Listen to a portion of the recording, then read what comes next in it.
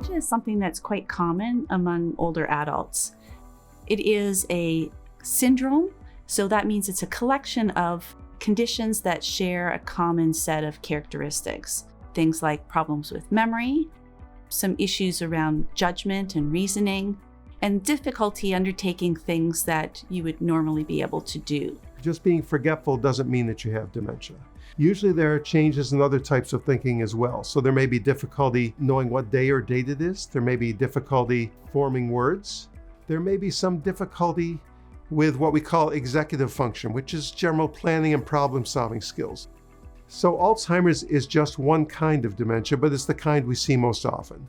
So I tell people if dementia was all the kinds of soda pop in the world, Alzheimer's would be Coca-Cola. It would just be the most common one. So one of the goals that you'll have as a volunteer or as a co-op student is to get to know residents and hopefully start to form relationships with them. It can be helpful when you are communicating with a person with dementia or with any other long-term care resident to be sure that you are speaking clearly and in a way that they can understand. And what can be helpful is to also try to mirror the pace at which the other individual is speaking. As far as the best ways to communicate with a person who's living with dementia, I think that paying attention to our communication is extremely important. People living with dementia, when they have trouble communicating, become very mindful of body language. So I often recommend that we start in that very mindful space, present ourselves as very open, and to always try to find the opportunity to sit down and get to their level. The body language when you stand over somebody is that you're in charge, and people often feel like you're talking down to them. When you're face to face with a person, they can hear you better, they can see you better, they can read your facial expressions. The unspoken message is, I have time. I'm here, I'm relaxed, I'm open to what you have to say, and that sets up the best context for having them feel like they are valued and able to express themselves.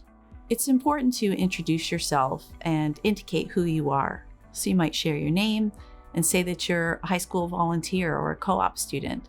Long-term care is the home of the residents. So it is their home, it's where they live, and we need to be respectful of that environment and their wishes.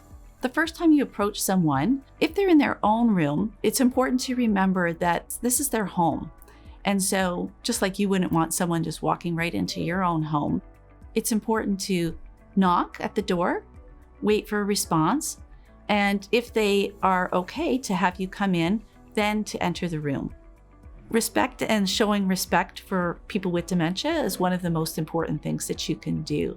And part of that is thinking about how it is that we're speaking to individuals. Sometimes there's a tendency to talk down to someone or talk to them like they are a child. And that is being actually disrespectful.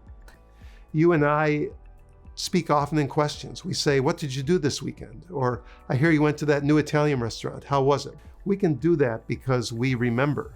People that have trouble remembering, when you ask lots of questions, you put them on the spot.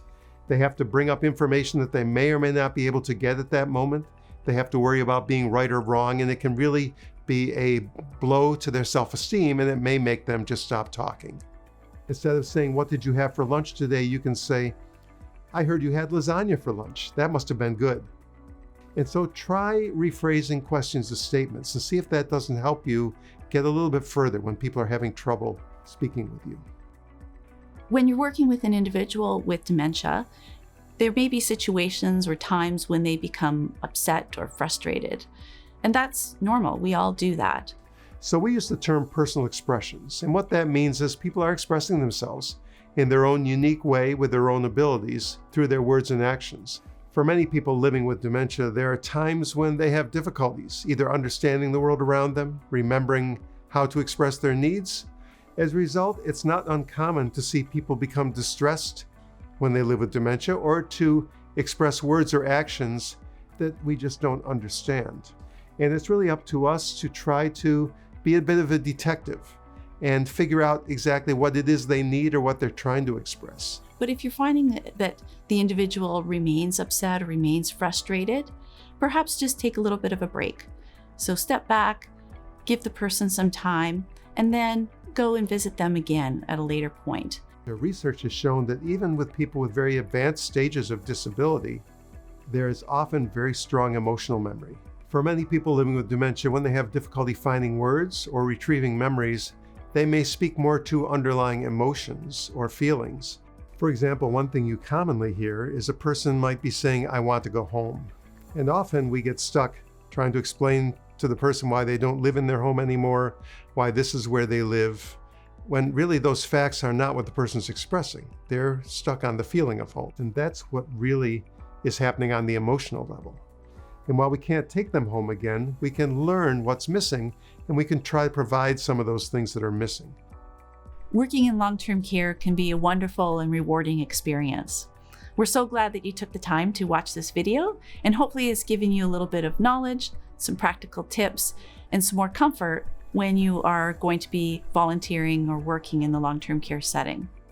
We also hope that after that experience, that perhaps you would consider even working in long-term care as a career. You won't regret it.